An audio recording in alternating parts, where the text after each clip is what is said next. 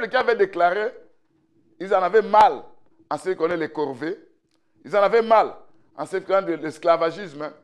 Maintenant, regardant maintenant l'armée de Moïse, l'armée de Pharaon et la mer Rouge en face, ils ont oublié que ce Dieu-là, pour leur faire sortir, il a manifesté sa puissance à travers des prodiges et des miracles. Ils vont déclarer, ils avaient envie qu'ils puissent rester en Égypte et mourir là-bas, parce que là-bas, il y a des sépulcres. Ça, c'est la révolte. Amen. Quand vous allez un peu plus loin, vous allez constater, ça c'est Exode chapitre 14, verset 10 à 12. Quand vous allez dans Nombre 4, Nombre 14, verset 4, vous descendez. Arrivé à un moment, Dieu a envoyé les 12 espions pour aller explorer les pays de Canaan. Bien aimé, vous allez constater que les enfants d'Israël, les 10, ont déclaré des choses un peu bizarres. Parce que quand nous prenons Nombre chapitre 13, au verset d'abord 27, voici ce qu'ils racontèrent à Moïse. Nous sommes allés dans les pays où tu nous as envoyés. À la vérité, c'est un pays où coule le lait et le miel. Voici les fruits, en voici les fruits. Mais le peuple qui habite ce pays est puissant. Les villes sont fortifiées, très grandes. Nous y avons vu des enfants d'Anak. Les Amalécites habitent la contrée du Midi. Les Essiens, les Ubiciens, les Amoréens habitent la montagne. Les Cananéens habitent près de la mer et le long du Jourdain. Caleb fit taire le peuple qui murmura contre Moïse. Il dit, montons, emparons-nous du pays. Nous y serons des vainqueurs. Mais les hommes qui étaient allés avec lui dirent, nous ne pouvons pas monter contre ce peuple car il est plus fort que nous. Ils crièrent devant les enfants d'Israël et le pays qu'ils avaient exploré, ils dirent, le pays que nous avons exploré, parcouru, est un pays qui dévore ses habitants. Tous ceux que nous avons vus sont des hommes d'une haute taille. Et nous y avons vu les géants enfants d'Anak, de la race des géants. Nous étions à nos yeux et au l'air comme des sauterelles. Et dans maintenant Nombre 14, verset 4, ils vont dire, ils se dirent l'un à l'autre, nommons un chef et retournons en Égypte. Et au verset 9, l'Écriture dit, seulement, ne soyez point rebelles contre l'Éternel, ne craignez pas les gens de ce pays, car ils nous serviront de pâture. Maintenant, la situation maintenant devient un peu dure à rapport avec les espions. Ils vont déclarer tout ce qu'ils ont vu, mais ils vont se sous-estimer. Ils ont vu la taille de ces gens-là. Ils ont oublié que Dieu était le plus puissant, le plus fort. C'est Dieu qui devait leur donner ce pays-là. Ils ont parlé des Amalécites. Oh, les Amalécites, ça veut dire qu'ils se sont souvenus de la guerre qui s'est passée quand les Amalécites ont attaqué ceux qui étaient derrière. Est-ce que vous comprenez? Ils vont déclarer, nous avons vu les Amalécites. C'est comme qu'ils diraient que nous n'allons pas vaincre. De ce côté-là, il y a des géants. Nous sommes comme des souterrains. Il y a les Amalécites. Ils vont commencer à citer. Et en fait, on va dire, nommons un chef et retournons en Égypte. Ça, c'est la révolte. Est-ce que vous comprenez? Vous allez voir que leur vie était caractérisée par la révolte. Face à quoi? Face aux épreuves qu'ils rencontraient. Maintenant, cette écriture nous dit, en regardant ce peuple qui s'est révolté, qui ne suivait pas le conseil du Très-Haut, la conséquence était les ténèbres dans leur vie, les chaînes se trouvaient dans leur vie, ça veut dire les chaînes spirituelles, qui sont des liens. Est-ce que vous comprenez? Et on va trouver quoi encore? Il y avait la misère, il y avait la captivité, parce que là, c'est comme l'emprisonnement. Est-ce que vous comprenez? Et ici, quand vous lisez les livres de Psaume 107, qui a bien expliqué. Alors nous, en se demandant, en quoi cette histoire peut nous aider, peut nous édifier et peut nous enseigner. Parce que Psaume 107, 10 à 11, ça peut parler de deux peuples. Premièrement, ça parle d'Israël. Amen. Deuxièmement, ça va aussi parler de l'Église. Parce que dans la parole de Dieu, il y a la parole prophétique. Dans la parole prophétique, il y a la précision. On va préciser que cette histoire, ça concerne tel peuple, telle personne, à tel endroit. Mais dans la révélation, on peut prendre même l'histoire en question. On peut prendre une prophétie. On ouvre ça, mais on explique ça au temps présent. Ça, c'est la révélation qui explique tout ça. Est-ce que vous comprenez? Parce que la révélation a vu la conduite ou la traversée de la mer Rouge. La révélation a vu ça que c'était les baptêmes. Amen. Est-ce que vous comprenez? La révélation a vu ça que c'était le baptême du Saint-Esprit qui était la colonne de nuée qui dirigeait les enfants d'Israël. Cela est écrit dans le livre de 1 Corinthiens chapitre 10, versets 3 à 4. Vous comprenez bien aimé que la révélation peut nous enseigner partout. Maintenant, cette écriture, on va un peu expliquer ça par rapport à la prophétie. Et on va expliquer ça par rapport à la révélation. Dans la prophétie, je vais prendre de quelle écriture? Je vais prendre de Matthieu 4, verset 13 à 16. Nous allons lire ça. Matthieu 4, verset 13 à 13. Jésus quitta Nazareth et vint demeurer à Capernaum, situé près de la mer, dans le territoire de Zabulon et de Nephtali, afin que s'accomplisse ce qui avait été annoncé par Ésaïe le prophète. Le peuple de Zabulon et de Nephtali, de la contrée voisine de la mer, du pays au-delà du Jourdain, de la Galilée des païens. Ce peuple assis dans les ténèbres a vu une grande lumière sur ceux qui étaient assis dans la région et l'ombre de la mort. La lumière s'est levée. Donc on parle maintenant, quand Jésus-Christ a quitté Nazareth pour aller vivre à Capernaum, Capernaum était situé près de la mer, dans le territoire des Zabulon et de Nephtali, mais c'est juste à la frontière de Galilée des païens. Est-ce que vous comprenez? Ça veut dire dans cette contrée-là, il y avait des païens qui étaient là-bas. Mais la lumière s'est élevée sur ceux qui vivaient dans les ténèbres, ceux qui vivaient dans l'ombre de la mort. Amen. Hein? Ça veut dire, la lumière, en quelque sorte, s'est élevée où? Chez les païens. Est-ce que vous comprenez? Quelle est cette lumière? C'est la visitation maintenant de Jésus-Christ chez les païens. Est-ce que vous comprenez? Alors, dans cette écriture, on parle de Zabulon et de Nephtali et de la Galilée des païens. Quand on parle de Zabulon, c'est là nous, on doit chercher d'abord pourquoi on a parlé de Zabulon et on a parlé aussi de Nephtali. Parce que dans la prophétie de qui? De Jacob, c'est écrit dans le livre de Genèse chapitre 19 au 49, du verset 13, vous allez constater que, on va dire, Zabulon habitera sur la côte des mers. Il sera sur la côte des navires. Sa limite s'étendra jusqu'à Sidon, du côté de Sidon. Or, bien aimé, les 12 fils d'Israël, de Jacob, ça arrête tout ce que le Seigneur, Jacob avait prophétisé. Il a dit, venez mes fils, écoutez ce qui arrivera dans la suite des temps. Amen. Quand vous regardez ces choses-là, vous prenez la vie de chaque enfant de Jacob. Des fois, il y a d'autres choses qui ne vont pas se concorder. Est-ce que vous comprenez?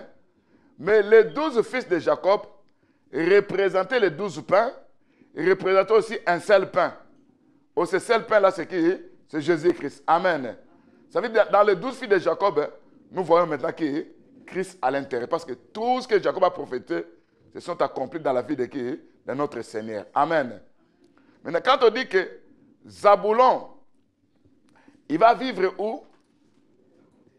Sur la côte de la mer, il sera sur la côte des navires, sa limite s'étendra du côté de Sidon. Là, bien aimé, on parle de qui? De notre Seigneur Jésus-Christ. Amen. Ça veut dire que c'est lui le véritable Zaboulon. Aller habiter du côté de la mer. Quand nous regardons la mer, c'est le livre d'Apocalypse 17, ça représente les foules, les peuples et les nations. Amen. C'est l'Apocalypse 17, verset 15. Oh, quand nous regardons maintenant, aller vivre, étendre ses limites du côté de Sidon. Oh, vous n'allez pas oublier que les Sidoniens, ce sont eux, quand Salomon construisait les temples, il avait demandé aux Sidoniens, qu'est-ce qu'il avait dit dans 1 Roi chapitre 5, verset 6? Je sais que vous êtes les coupeurs de bois. 1 Roi chapitre 5, verset 6. Vous êtes les grands coupeurs de bois. Oh, les bois étaient en Sidonie. C'était les bois de cèdre et les bois de Chypre. Et ces bois-là, on devait utiliser ça où ça? Dans les temples. Et les coupeurs étaient les Sidoniens. Vous comprenez bien, aimé, que en parlant que Zaboulon, il va vivre sur le côté de la mer, il va étendre ses limites du côté de Sidon. On parlait de notre Seigneur Jésus-Christ. En venant visitant les peuples, il y aura un peuple qui va utiliser, et ce peuple va commencer à couper maintenant les bois. Ils seront les meilleurs coupeurs de bois. Et quand vous regardez un bois, ça peut représenter une personne. Amen. Regarde un peu l'œuvre que les apôtres ont fait par rapport à l'œuvre que l'Église est en train de faire pour le moment. Vous savez, l'Église des nations. Amen. Hein? Vous savez que l'Église des nations, c'est là où il y a de véritables coupeurs de bois. Parce qu'au moins, on parcouru le monde entier. C'est là qu'ils ont prêché l'évangile. Et il y a beaucoup de gens qui ont crié par rapport à l'Église des nations. Vous me comprenez? C'est pour dire, les véritables coupeurs de bois, c'était des Sidoniens qui étaient des païens. Amen. Parce que ce bois-là devait maintenant pénétrer dans le temple. Oh bien-aimé, les temples, l'Écriture nous dit que nous sommes des temples de Dieu. Amen. L'Église, c'est le temple de Dieu. Donc l'Église est constituée par quoi? Par les bois de Chypre et les bois de cèdre. Qui sont qui? Les Sidoniens, qui sont les enfants de Dieu. Dieu te coupe. Il te prend dans la forêt.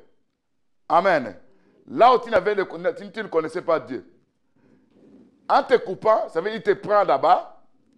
Il va chercher maintenant à tailler ces bois-là. Il va dépiocer les bois. C'est là maintenant, on ne va pas utiliser les bois tout entier. On prend les bois taillés qu'on va construire maintenant les tabernacles. Et c'est comme les temples. C'est pour dire que toi, tu es un bois, tu es une planche, tu es un madrier qu'on avait taillé pour faire introduire où ça? Dans les temples. Est-ce que vous me comprenez? Et l'Écriture nous dit que ces peuples-là, qui étaient les Sidoniens, quand vous lisez leur histoire, ils étaient des meilleurs faiseurs de navires. Donc ça veut dire quoi? Ce sont eux qui construisaient des bateaux en ce temps-là. Oh, n'oubliez pas que le livre de Proverbes 31, versets 10 à 14, l'Écriture nous dit, la femme vertueuse est comme un navire marchand. Vous voyez ça? Et c'est Proverbe 31, verset 10.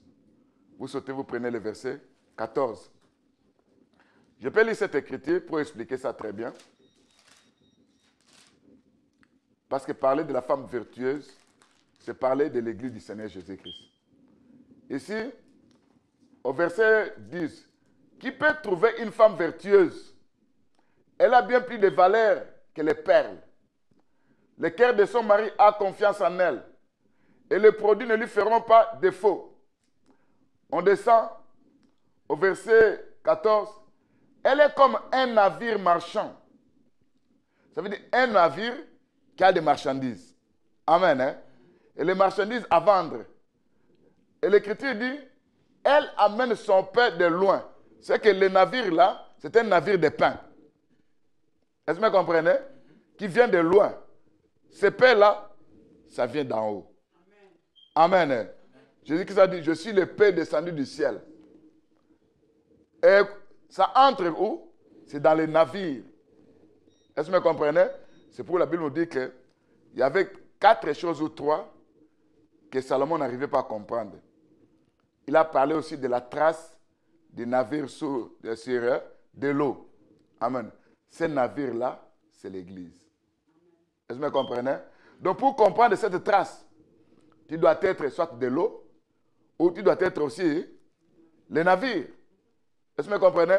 Et quand on parle de la trace du jeune homme chez la jeune fille, donc pour comprendre ça, tu dois être la jeune fille, tu dois être aussi le jeune homme. Quand on parle de la trace de l'aigle dans le ciel, tu dois être un aigle, tu dois être aussi le ciel. Est-ce que vous comprenez? Pour comprendre ça, tu dois être un fils d'éternité. Est-ce que vous comprenez? Donc, en regardant maintenant ça, nous comprenons que la femme vertueuse, c'est l'Église. Et comme les Sidoniens, ce sont les bons constructeurs des navires. C'est ça, bien aimé, l'Église du Seigneur Jésus-Christ. Que le Seigneur a déclaré chez Pierre, Cicéron, je bâtirai mon Église. Mais cette Église a été bâtie très bien où? Chez les païens. Est-ce que vous comprenez? C'est ce bâton-là qui amène les paix du loin. Si aujourd'hui la parole est prêchée, quand vous regardez Israël, du temps des apôtres, c'était des disciples. Après un certain moment, il n'y avait plus le peuple d'Israël qui propageait l'évangile. Est-ce que vous comprenez? S'ils étaient, mais ils étaient peu nombreux. Aujourd'hui, Israël que nous voyons, la plupart d'eux, ils sont dans la loi mosaïque, dans le judaïsme. Est-ce que vous comprenez? Mais c'est l'Église maintenant, c'est les nations maintenant qui proclament l'évangile. Vous êtes d'accord avec moi? C'est ces bateaux-là qui apportent les points de loin. Donc, c'est là, bien aimé, vous allez comprendre que qu'est-ce que cette écriture dit? Ça veut dire, les enfants d'Israël, partant de leur révolte, ils se sont retrouvés, ils ont méprisé les conseils du Très-Haut. Maintenant, qu'est-ce qui s'est passé dans leur vie?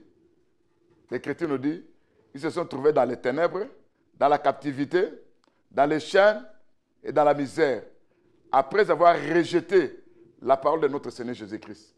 Il avait dit, Jérusalem, Jérusalem, si tu savais au moins ce qui était pour ta paix, mais tu n'as pas compris le temps où tu as été visité. Viendra un temps où il ne restera ici pierre sur pierre qui ne soit renversée. Est-ce que vous me comprenez? Après avoir rejeté, se révolté contre la parole de notre Seigneur Jésus-Christ, après avoir rejeté les conseils du Très-Haut, qu'est-ce qui s'est passé dans leur vie? Il y a eu maintenant la captivité. Israël a été amené à la déportation. C'est ça la captivité. Est-ce que vous me comprenez? Israël a été retrouvé chez les nations. C'est là où ils ont subi des problèmes, des difficultés, la mort. Vous me comprenez? C'est là où, bien aimé, ils se retrouvaient dans des chaînes, donc combattus.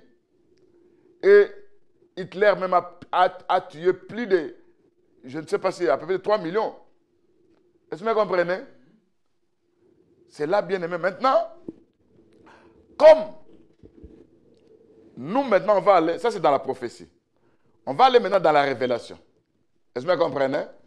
On va prendre maintenant la place où la lumière est allée vivre maintenant, est allée là où il y avait ceux qui vivaient dans les ténèbres. Amen. Oh, ceux qui vivaient dans les ténèbres étaient nous des nations. On ne connaissait pas Dieu. En nous, tout était ténébreux. Est-ce que vous comprenez? En nous, il n'y avait rien de bon. C'est le Seigneur maintenant qui est venu nous visiter. Et comment? Quand vous lisez les livres aujourd'hui parlant maintenant de la révolte et le mépris du conseil de Dieu, en ce qui concerne ceux maintenant qui se disent aujourd'hui enfants de Dieu, serviteurs de Dieu, au-dedans d'eux, au-dedans de nous, il y a l'esprit de la rébellion, il y a la révolte, il y a le mépris de la parole de Dieu. Est-ce que vous comprenez? Et la conséquence, c'est quoi? Ce sont aussi des chaînes, mais cette fois-ci qui sont spirituelles. Est-ce que vous comprenez? Ce sont des emprisonnements, mais cette fois-ci qui sont spirituels. C'est la misère, mais une misère comment? Spirituelle. On va expliquer ça. Enfin, c'est ici. Pourquoi? C'est parce que nous sommes rebellés contre la parole de Dieu et nous, on n'a pas suivi les conseils du Très-Haut.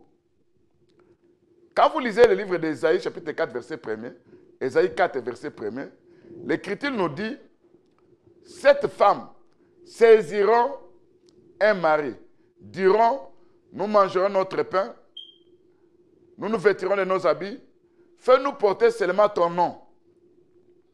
Oh, cette femme-là, ça représente l'église du temps de la fin. Est-ce que vous comprenez? Ça peut représenter aussi les 7 églises d'Asie. Mais la particularité, l'église qu'on appelle l'église de Laodicée, lui au moins, il y a une différence. Est-ce que vous comprenez? Mais les 7 femmes représentent nos églises aujourd'hui, où on donne plusieurs noms.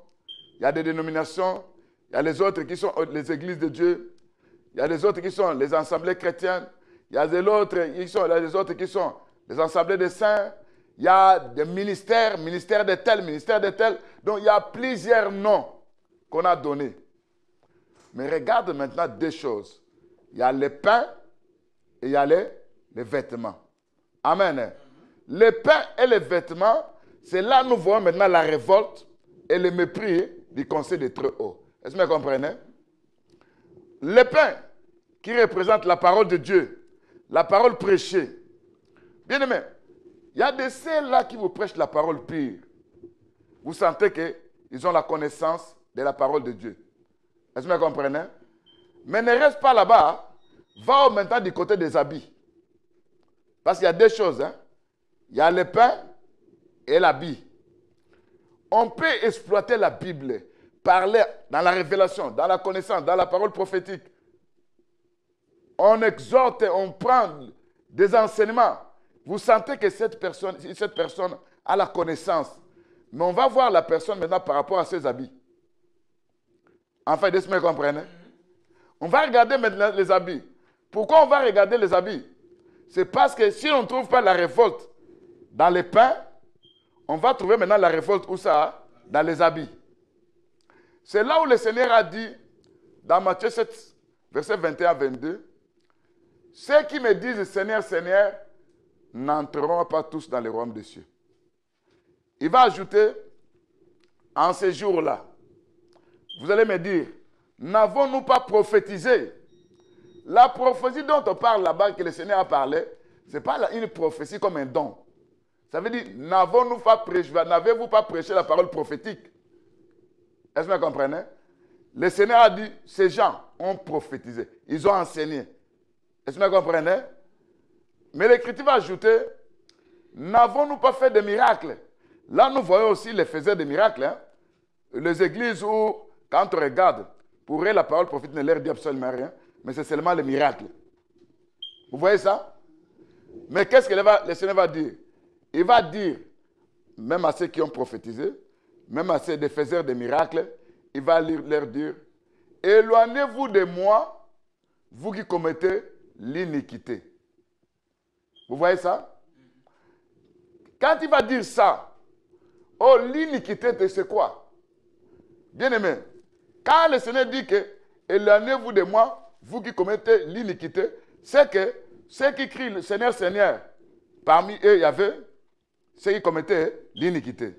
Ceux qui prophétisaient, ça veut dire ceux qui prêchaient la parole de Dieu, il y a ceux qui commettaient l'iniquité. Ceux aussi qui faisaient des miracles, il y a de ceux-là aussi qui commettaient quoi? L'iniquité. Maintenant, l'iniquité, c'est quoi? Quand nous lisons maintenant le livre de Zacharie, chapitre 3, au verset 3. Or, Josué était couvert de vêtements sales. Il se tenait debout devant l'ange Et l'ange prenant la parole et dit à ceux qui étaient devant lui, ôtez-lui les vêtements sales. Puis il dit à Josué, vois, je t'enlève ton iniquité et je te fais rêver d'un habit de fête. Amen. Donc c'est là ce verset. Les vêtements sales, c'est quoi? L'iniquité. Donc en quelque sorte, malgré que nous prêchons la parole pure, prophétique, malgré que nous faisons des miracles, amen, mais c'est un problème maintenant, on doit regarder les pains et les vêtements. Les vêtements, ce sont les œuvres. Mais regarde tous ceux qui se disent aujourd'hui serviteurs. Même ceux qui se déclarent que nous avons la parole pure. Mais allez voir la vie de tous ces gens-là. La plupart, bien aimés, vous allez constater, ce sont des tireurs d'élite dans l'impudicité.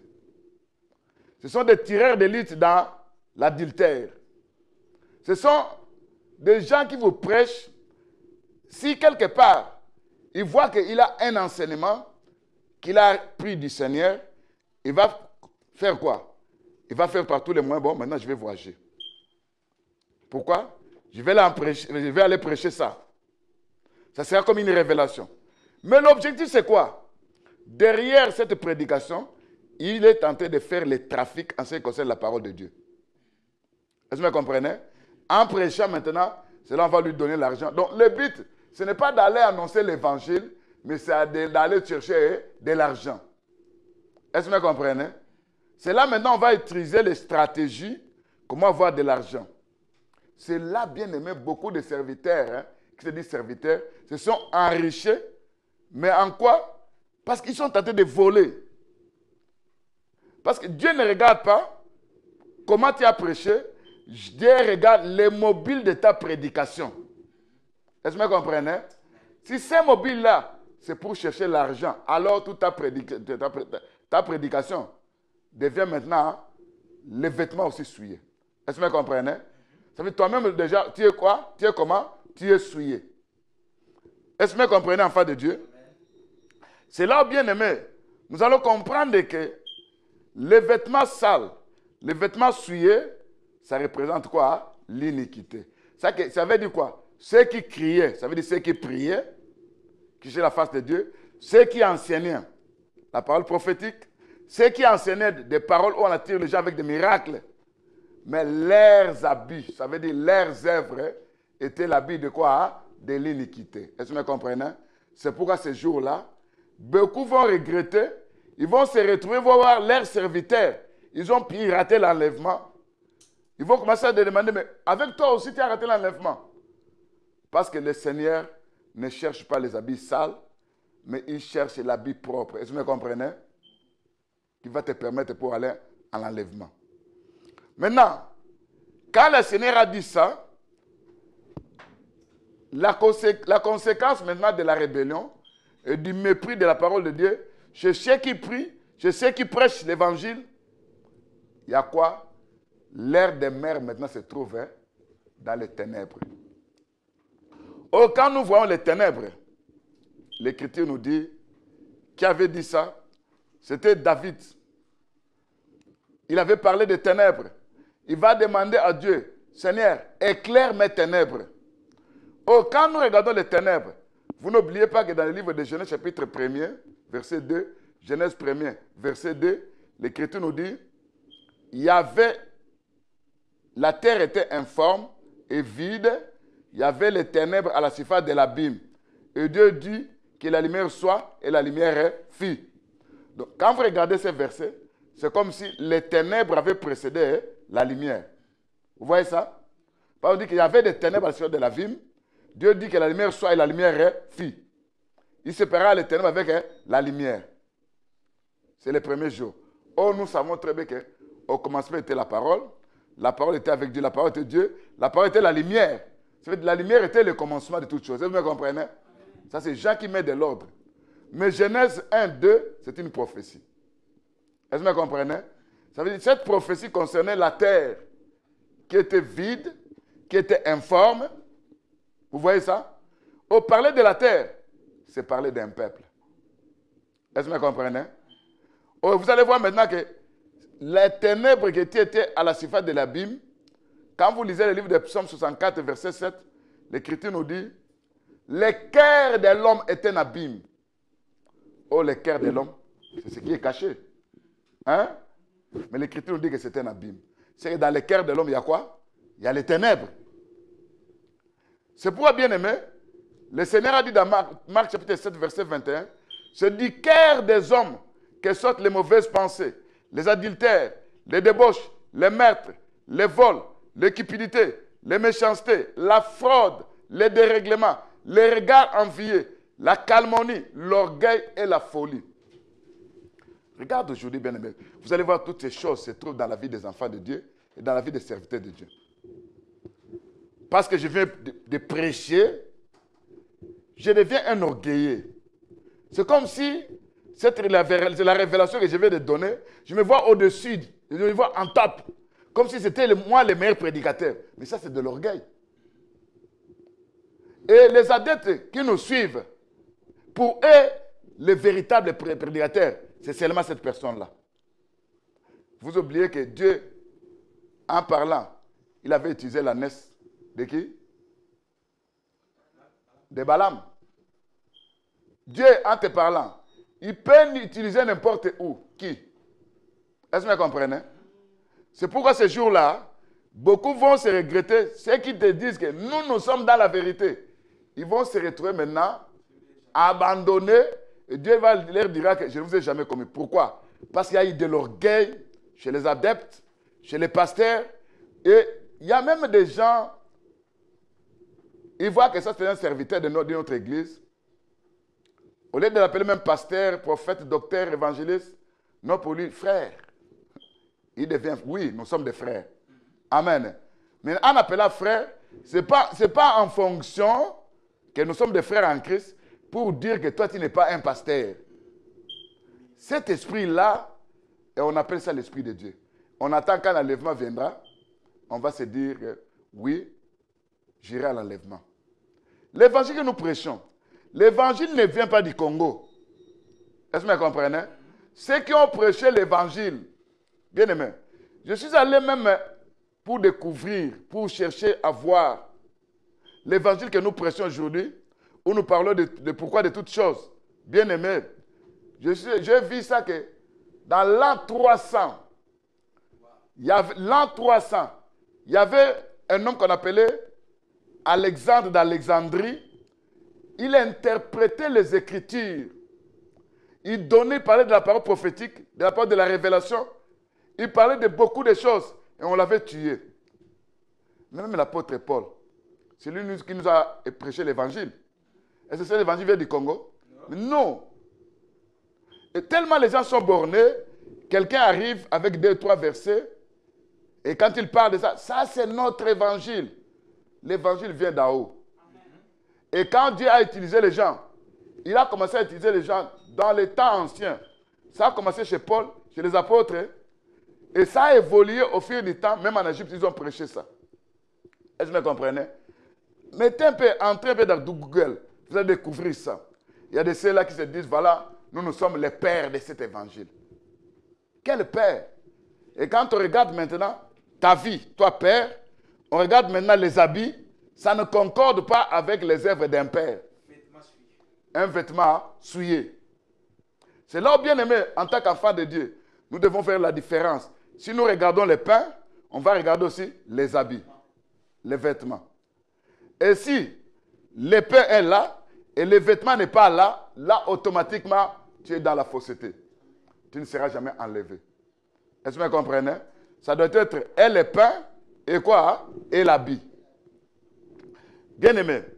C'est là où, bien aimé, les gens se sont retrouvés maintenant parce qu'il y a la révolte. Cette révolte se trouve au niveau, à quel niveau? Ça se retrouve au niveau des habits, soit ça se retrouve au niveau du pain. C'est les deux côtés-là que c'est aujourd'hui qui se déclare de Dieu où nous trouvons la révolte.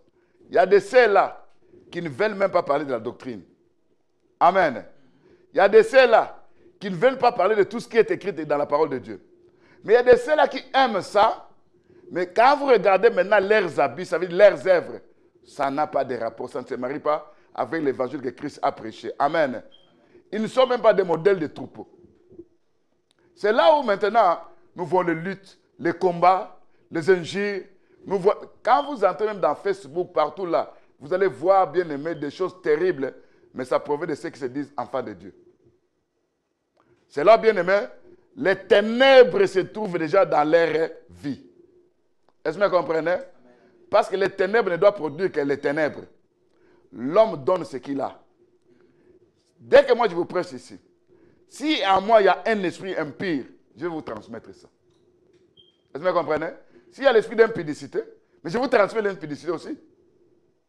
Est-ce que vous comprenez? C'est là, bien aimé, cette ténèbre-là, que la Bible nous dit, ça peut représenter les possessions sorcellériques, les envoûtements, ça peut représenter les œuvres que je vais vous dire qui se trouvent dans le cœur de l'homme. On parle de mauvaises pensées, des adultères, des révoltes, des méchancetés, des fraudes, des regards envieux.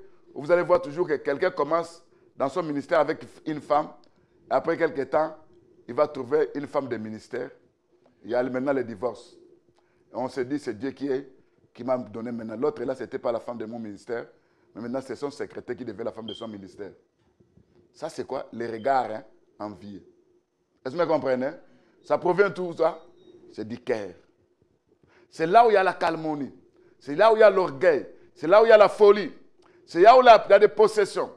Et l'Écriture nous dit, à partir de cette révolte, on trouve quoi? On trouve maintenant les gens se retrouvent dans la captivité.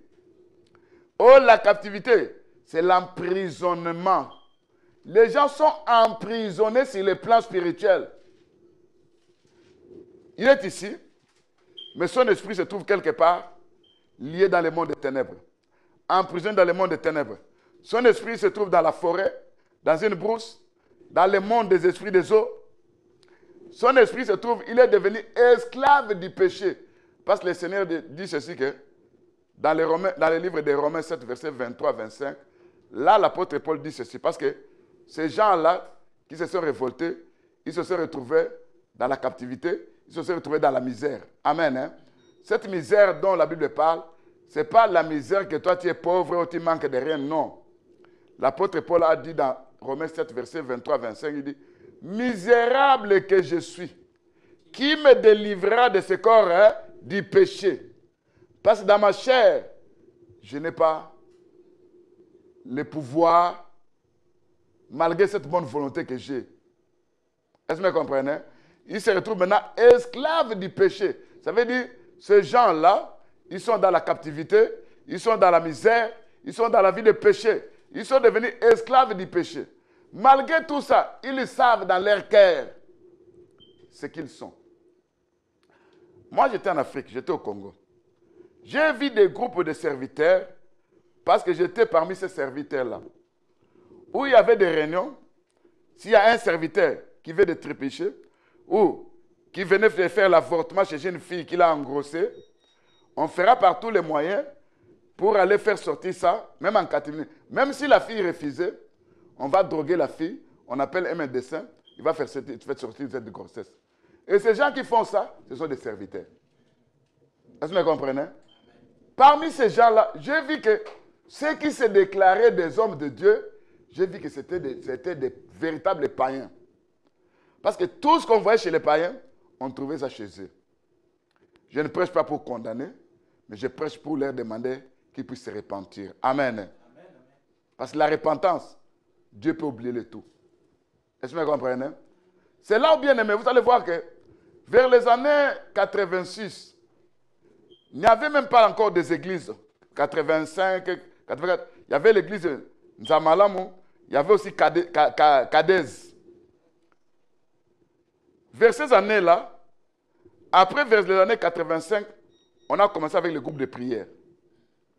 J'ai vu ce groupe de prière. Et ces gens qui sont devenus des hommes d'affaires aujourd'hui, à travers les églises où ils habitaient, leur maison, j'ai vu ça. Est-ce que vous comprenez? Parce qu'on était en ce temps-là. Je peux vous raconter même l'histoire de l'église dans l'église au Congo. Mais aujourd'hui, ces gens-là, ce sont des milliardaires. Ce sont des gens qui ont beaucoup d'argent. Et quand vous regardez leur vie, la plupart d'eux, ils ont abandonné leurs femmes. Ils ont épousé d'autres femmes, les femmes du ministère. Vous comprenez déjà que c'est un signe. Les vêtements. Est-ce que vous comprenez? Et vous allez voir maintenant, au Congo, il y a des gens qui sont pauvres. Pour le moment, vous allez voir des gens qui pleurent, qui souffrent. Il y a des gens même qui manquent de quoi à manger, de quoi à payer. Parce qu'ils sont dans des hôpitaux. Regarde un peu, parmi tous ces gens-là, combien font même un plan, nous irons là-bas, payer de l'argent pour faire sortir tous ces gens-là. Si l'État n'intervient pas comme il a fait l'autre fois, non, personne n'est là. C'est parce qu'on a envie toujours de s'enrichir, de s'enrichir. Mais bien aimé, tu peux t'enrichir, tu as tout.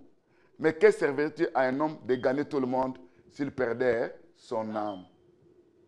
Tu n'iras jamais avec cette richesse. C'est là où, bien aimé, Dieu te demande de vérifier un peu ta marche vis-à-vis de Dieu.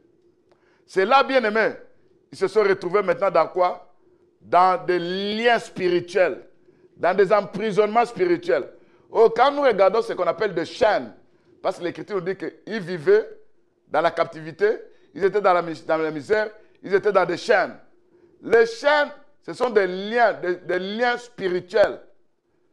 C'est ce qui rend les gens captifs dans leurs pensées, dans leurs affaires, dans la société, dans la santé, dans les mariages. Ça veut dire que ces gens maintenant se retrouvent dans des chaînes qui sont des liens spirituels qui combattent tous ces gens. Ils ont eu ça où? C'est en prêchant, en servant Dieu. Tellement il y a eu des ténèbres dans leur vie, maintenant le diable est venu lier maintenant tous ces gens-là. Est-ce que vous comprenez?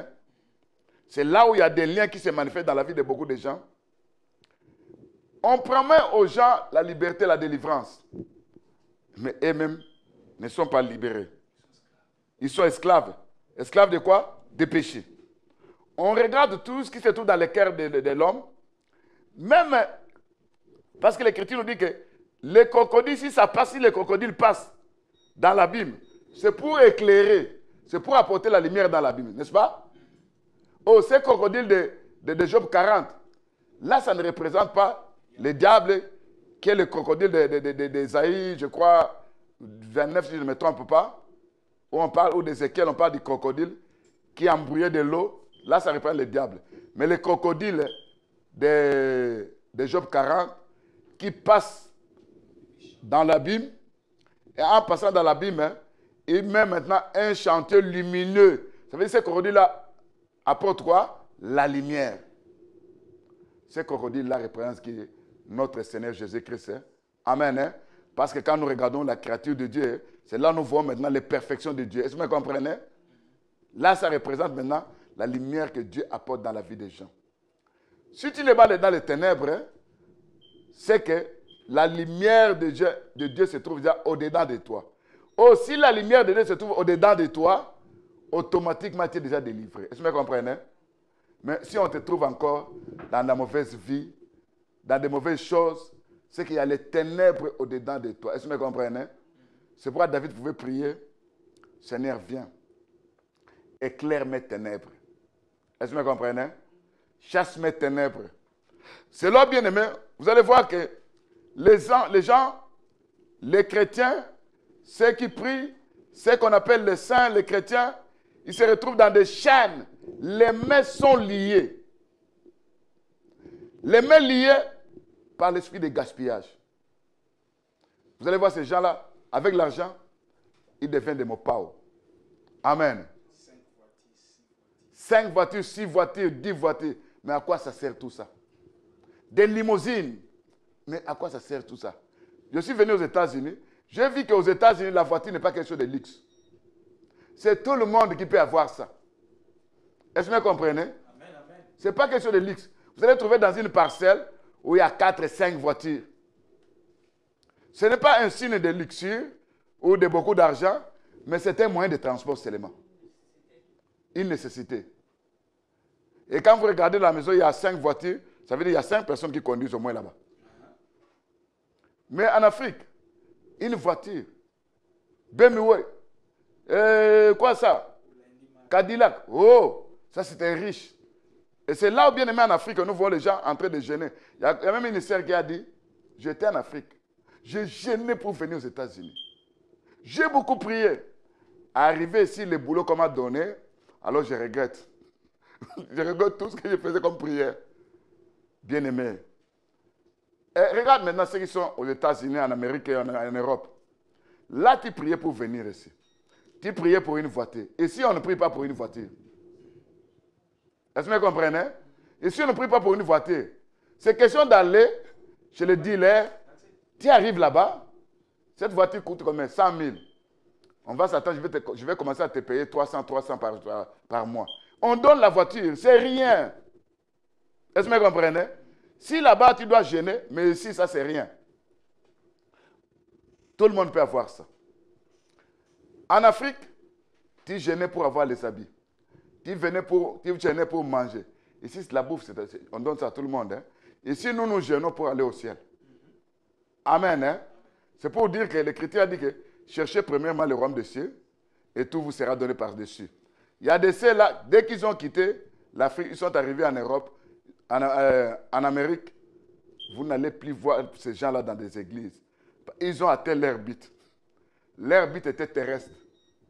Mais toi, enfant de Dieu, sache que toi, tu n'es pas dans les ténèbres. Amen. Amen, amen. Tu n'es pas dans les liens spirituels. Amen. En toi, on ne voit pas l'égoïsme, qui représente aussi un lien qui se trouve dans tes mains.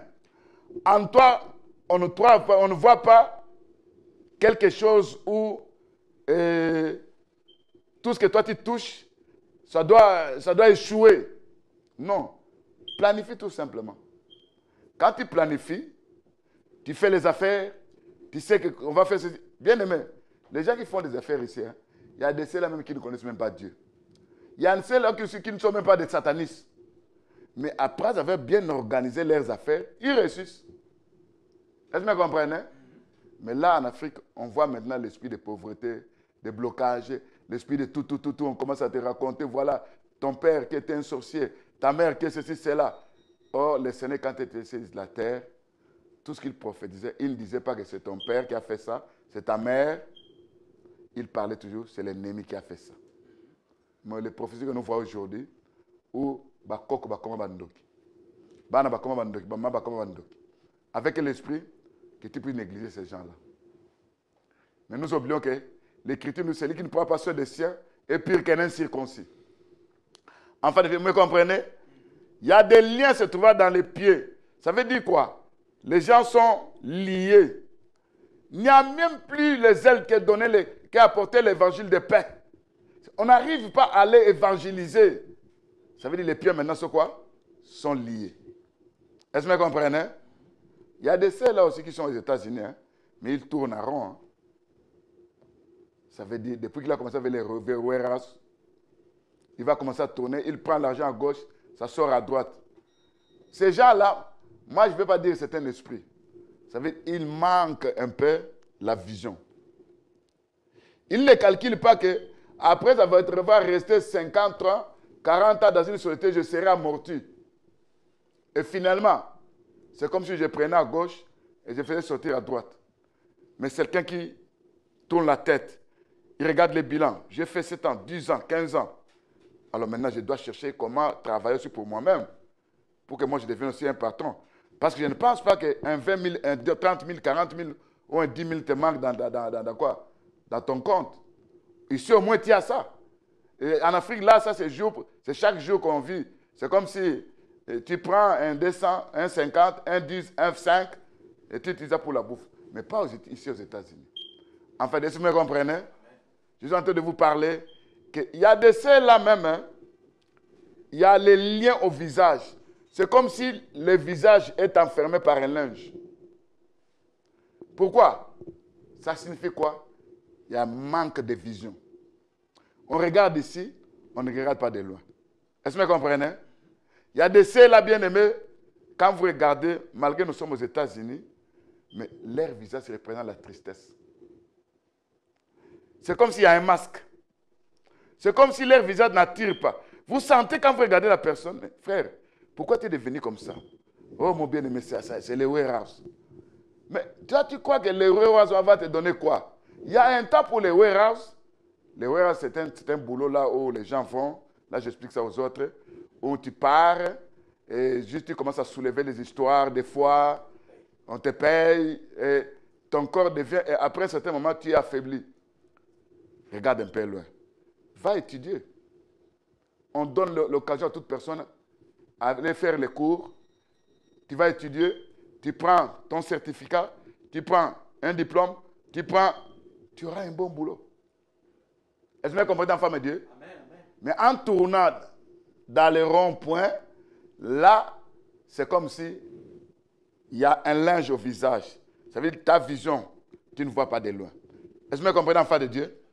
C'est là où, bien aimé, il y a de ceux-là qui se trouvent emprisonnés sur le plan spirituel.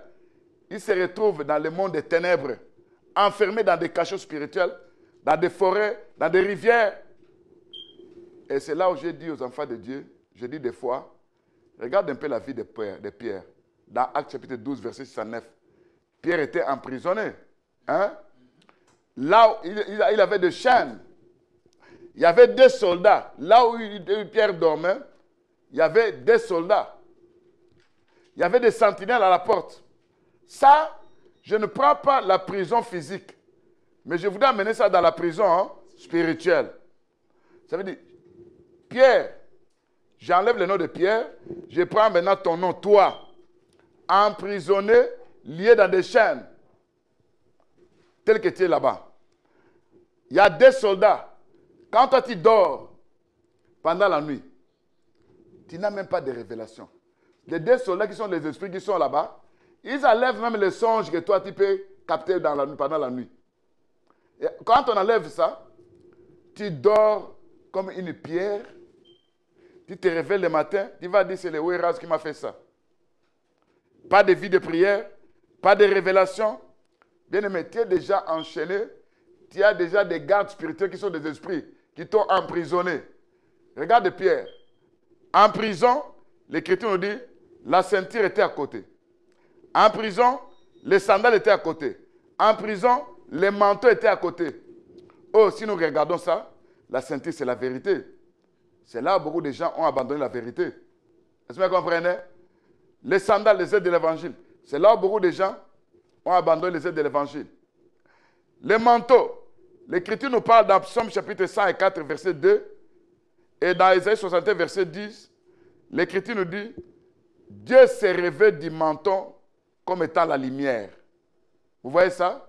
C'est que, en quelque sorte, on peut représenter les manteaux de qui? De Pierre, comme étant la lumière qui a été déposée. Est-ce que vous comprenez?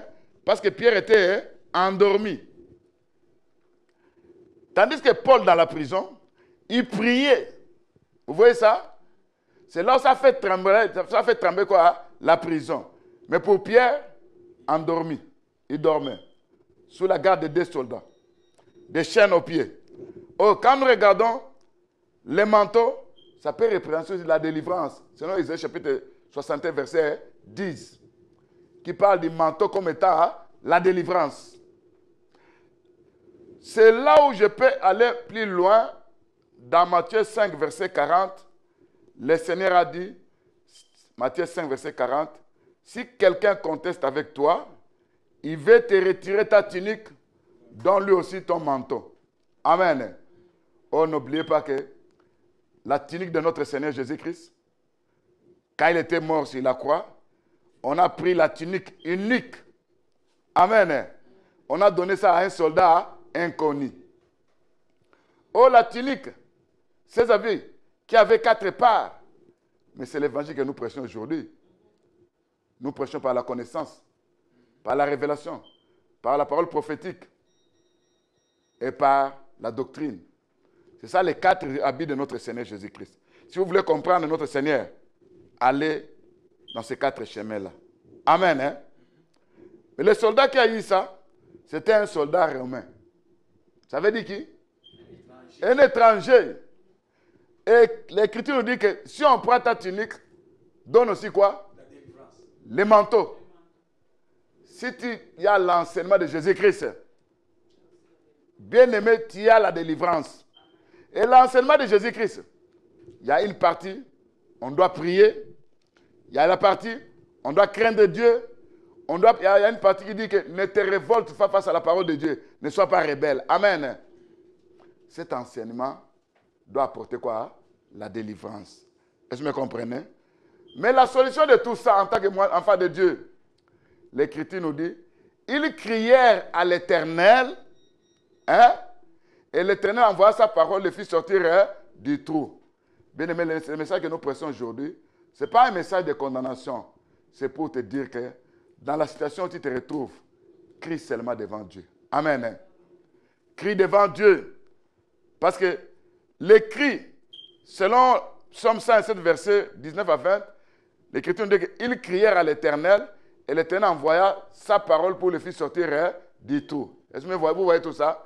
Oh, bien aimé, quand nous regardons ça, nous savons que les cris, ce sont un cri est un appel pressant par lequel on réclame un secours dans l'immédiat. Oh, celui qui crie n'a qu'un seul espoir, c'est d'être entendu et d'attirer l'attention d'une autre personne. C'est pour te dire, bien aimé, dans la misère, dans des péchés qui sont encore dedans de toi, demande à Dieu de te délivrer face à ça. Parce que Paul a dit, qui me délivrera de ce corps du péché? Grâce soit rendue à Jésus-Christ. Amen. Le péché n'est pas permanent dans ta vie. Mais si tu demandes à Dieu, délivre-moi, Seigneur, de ce péché, il viendra te délivrer. Parce que l'Écriture nous dit, l'aiguillon de la mort, c'est le péché. Mais grâce à rendu Jésus-Christ qui veut nous délivrer face à ça. Amen. Le Seigneur, je n'arrive pas. En moi, il y a ça, il y a ça. Viens me délivrer. Le Seigneur viendra te délivrer. Amen. C'est là, bien aimé. En ce qui connaît les ténèbres au-dedans de toi. Mais Père, c'est le Seigneur, Seigneur. Toi qui fais briller ma lumière, toi, mon Dieu, éclaire mes ténèbres. Ça, c'est Psaume 18, verset 29. Dieu viendra éclairer les ténèbres en toi en plaçant sa lumière au-dedans de toi. Amen. Et la lumière, quand ça arrive, ça chasse les ténèbres. Est-ce que vous me comprenez? C'est là, bien aimé, demande à Dieu, sors-moi de la captivité. Sors-moi de l'emprisonnement spirituel. Là, on a placé mon esprit et mon âme. Que je sorte de là, au nom de Jésus-Christ. Le Seigneur viendra te faire sortir de là. Amen. C'est là, bien aimé, demande à Dieu, parce que sa parole est l'épée. Amen. C'est l'épée flamboyante qui peut couper les chaînes, qui peut couper des liens spirituels. C'est là, bien aimé, quand Papa Clément va se mettre ici, à nous prêcher, à nous conduire dans la prière, il va nous demander, il va donner des requêtes, qu'il demande la délivrance, afin que nos ténèbres soient éclairées. Amen. Amen. Que Dieu puisse venir avec sa lumière pour éclairer nos ténèbres, pour chasser les ténèbres. Parce que si le soleil apparaît, le soleil doit faire quoi? Ça chasse les ténèbres. Amen. Papa Clément va donner des requêtes en ce qui concerne la misère. Cette misère, il y a un péché qui est attaché à nous.